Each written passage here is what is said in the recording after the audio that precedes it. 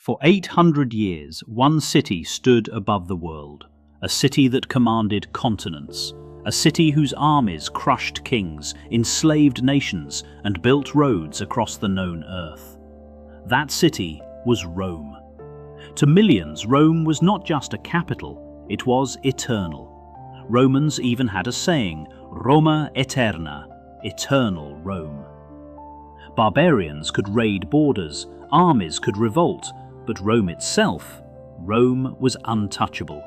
No enemy army had conquered it for nearly 800 years, not since the terrifying invasion of Brennus and the Gauls in Gallic sack of Rome.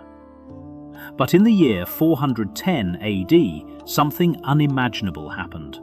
An army of outsiders, warriors the Romans called barbarians, marched straight to the heart of the empire.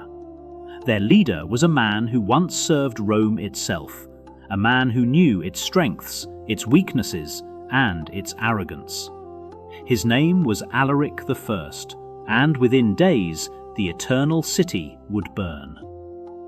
By the early 5th century, the Roman Empire was no longer the unstoppable power it once had been. The empire was enormous, too enormous, stretching from Britain to North Africa to the deserts of the Middle East. But with size came problems. Armies needed to guard thousands of miles of borders. Taxes grew heavier. Corruption spread. And the Roman army itself was changing. More and more soldiers were no longer Romans. They were Germanic warriors recruited from beyond the frontier. Many of these warriors belonged to tribes like the Visigoths. The Visigoths had once been enemies, but Rome had allowed them to settle within imperial territory. The idea was simple. Give them land, they would defend the empire. But Rome made a fatal mistake. The empire treated these warriors not as allies, but as second-class subjects. They were taxed, abused, and often starved by corrupt Roman officials. One Roman governor even sold dog meat to starving Gothic families. Children were traded into slavery, simply for food. Humiliation turned into anger, and anger turned into rebellion. At the center of that rebellion stood a young Gothic leader, a man who knew Rome's military system better than many Roman generals. His name was Alaric. Alaric had once fought for Rome. He served in the Roman army under the powerful general Theodosius I. He marched in Roman campaigns. He followed Roman commanders. He learned Roman tactics. But when Emperor Theodosius died in 395 AD, everything changed. The empire split between his two sons, the Western Empire and the Eastern Empire. Both sides were weak, and neither trusted the Goths. Alaric believed he deserved a high Roman command. Instead, he was ignored, insulted, dismissed. So he did something bold.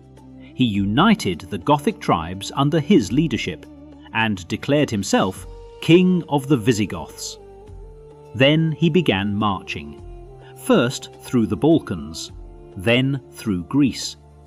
Roman armies tried to stop him, but they failed. Over and over again, Alaric proved something shocking. Rome could no longer control its own empire. Eventually, he turned his eyes toward the richest prize in the world, the heart of Roman power, the city of Rome. In 408 AD, Alaric marched his army into Italy. The Roman general who might have stopped him, the brilliant Stilicho, had just been executed by the emperor. It was a catastrophic mistake. Without Stilicho, the empire had almost no capable generals left. Alaric's army advanced rapidly. Town after town surrendered. Soon the Visigoths surrounded the greatest city in the world, Rome. Inside the massive walls lived nearly 800,000 people. But the city was not prepared for siege. food supplies quickly began to vanish. Soon, hunger spread across the streets. Citizens ate stray animals, leather, even grass. Panic filled the city.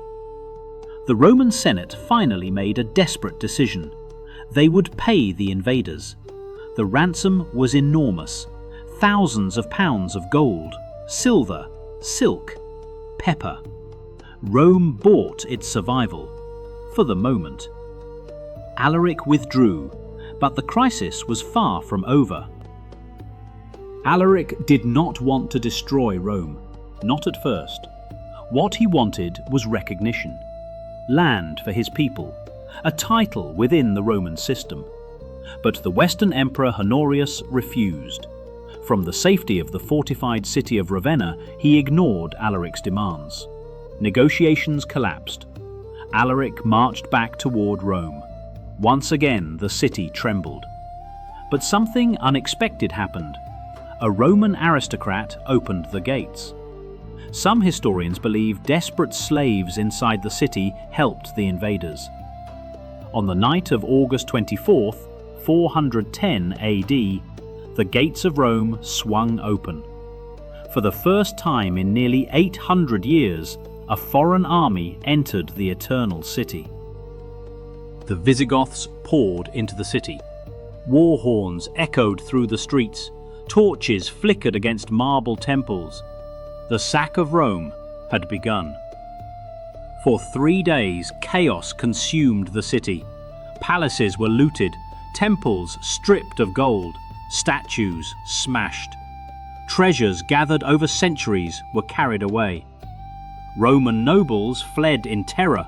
Many were captured for ransom. Fires burned through entire districts. The unthinkable had happened. The city that ruled the world was now at the mercy of barbarians. Yet the destruction was not as savage as some expected. Alaric had given orders. Churches were to be spared. Many civilians were allowed refuge in Christian basilicas. Even in victory, Alaric seemed to respect the city. But psychologically, the damage was devastating. For centuries, people believed Rome could never fall. Now the illusion was shattered. News of the sack spread across the empire like wildfire. Romans everywhere were stunned. Some believed the end of the world had arrived. The Christian writer St. Augustine wrote his famous work, The City of God, partly in response to the disaster. He argued that Rome's fall did not mean the fall of civilization. But the psychological blow was immense. The empire would never fully recover. Just 66 years later, in 476 AD, the Western Roman Empire itself would collapse. The sack of Rome had revealed a terrifying truth. The empire was mortal. After leaving Rome, Alaric planned to invade North Africa, but fate intervened. Only months later, the conqueror of Rome suddenly died.